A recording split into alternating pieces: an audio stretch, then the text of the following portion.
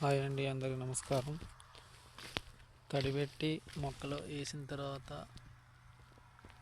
చూడండి ఎలా బతికాయో. అది దాదాపు ఇంక 3 నెలలు పట్టిద్దండి ఇంత చెట్టు అవ్వాలంటే. మళ్ళీ తడికి వచ్చింది. తడిపెట్టి మందు కొట్టాలండి. కొట్టి చెట్టు మొదలు కలుపు తీయాలి. ఆ రోజు దీని స్టార్టింగ్ మిరప వేసేటప్పుడు ఒక చిన్న టమాటా మొక్క మిరప మొక్కతో వచ్చింది. చూడండి, టమాటా కాసిందండి, ఒక 10 కాయలు దాకా ఉన్నాయి. ఇలా పురుగులు తిని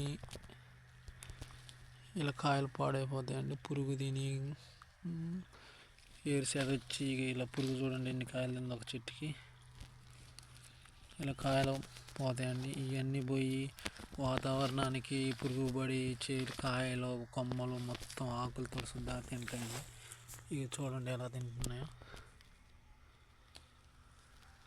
ఇవన్నీ ఇలా పోయిన తర్వాత లాస్ట్లో మిగిలే కాయలే మనయండి. ఈ రద్దు మొత్తం పోయి సరైన ధర లేక చాలామంది ఇబ్బంది పడతారు. ఎన్ని కాయలు పడ్డాయో చూడండి, చాలా పడతాయండి ఒక్కో చెట్టుకి. రైతు ఎలా బాగుపడతాడండి? రైతే రాజు అంటారు. మాటే కండి రైతే రాజు అనేది. ఈ చెట్టు చూడండి, ఉంది చెట్టుకి ఇంతంత. చెట్టు చుట్టూ కాయలే ఉన్నాయి. రద్దు. ఇంకా మనం రైతులు ఆడ బాగుపడతారండి.